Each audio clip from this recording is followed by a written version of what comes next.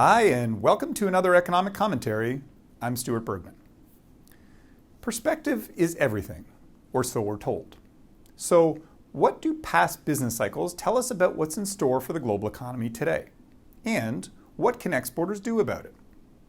Business cycles are a part of the normal fluctuations experienced by all economies over time. An economic expansion is characterized by a virtuous cycle that sees rising output induce job gains, income growth, and increased sales. This in turn feeds back into further increases in production, employment, income, and consumption. This ideal state will persist and result in continued economic growth as long as it becomes self-sustaining. When an expansion can no longer sustain itself, a vicious cycle will set in, leading to a reversal in output, employment, income, and sales. This will cascade into further declines in output, spreading rapidly between industries and often across geographic regions. Downturns can be instigated by several factors, including policy error. In the lead up to the Great Recession, an abundance of credit and weak regulatory oversight led to irrational exuberance around a number of asset types. The early 1990s recession was caused by a combination of the 1990 oil price shock, the debt accumulation of the 1980s, and growing consumer pessimism. External factors or black swan events, such as pandemics, can also result in economic downturns. In addition to the COVID-19 induced crisis, witness the economic fallout of the 1918 Spanish flu. There's no shortage of triggers that can precipitate an economic downturn. As the factors have varied over time, so too have the duration and intensity of the downturns. When we look into the data, we find that the duration of business cycles in the United States and Canada have tended to increase over time. In Canada, for example, business cycles over the last 50 years have lasted 11 years on average. This compares to an average duration of only 5 years in the previous half century. In the US, business cycles have lasted an average of 8 years over the last 50 years, compared with only 5 years in the previous period. What's more is that the average number of recessionary months has narrowed over time. In the US, between 2000 and 2020, the average duration of recessions fell to 9 months from 13 months over the 1930 to 1999 period.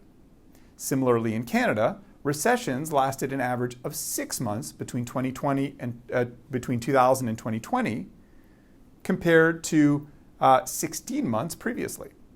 The 2020 recession was even shorter, at 3 months in Canada and only 2 months in the US, thanks to the swift and coordinated policy response of fiscal and monetary authorities. In the US, there have been 7 recessions over the last 50 years.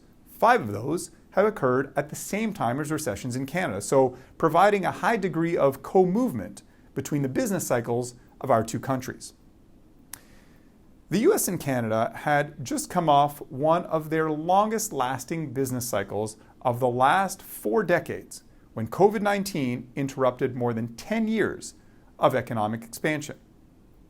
As our economies recovered from the pandemic, another cycle had begun, with activity in both countries jumping well above pre-pandemic levels. But there are now elevated and increasing risks around the durability of the current expansion. Supply chain bottlenecks are constraining the supply of goods.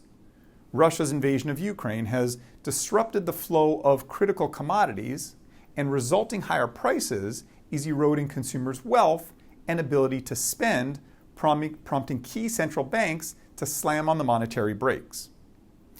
Together with a slowdown in China, weakening demand and confidence amid aggressive policy actions risks tilting our economies back into recession. The bottom line? It's easy to bail when the market is flashing warning signs of impending danger, as we're now currently experiencing. However, recent trends have shown that business cycles and business downturns are getting shorter thanks to the swift and coordinated policy response of authorities. While slowdown appears inevitable and is in fact necessary in order to cool this overheating economy, policymakers stand ready to manage the impact. This should reassure businesses to not abandon their long-term plans. Those who can ride out the bumps will find themselves ahead of the pack when the economy inevitably settles. Looking ahead, it'll be important to plan for the long ride while mitigating the short-term fluctuations. This week, a very special thank you to Prince Owusu, Senior Economist in our Economic and Political Intelligence Center. As always at EDC Economics, we value your feedback. If you have ideas for topics that you'd like us to explore, please email us and we'll do our very best to cover them in future editions of the commentary. Until next time, thanks for tuning in.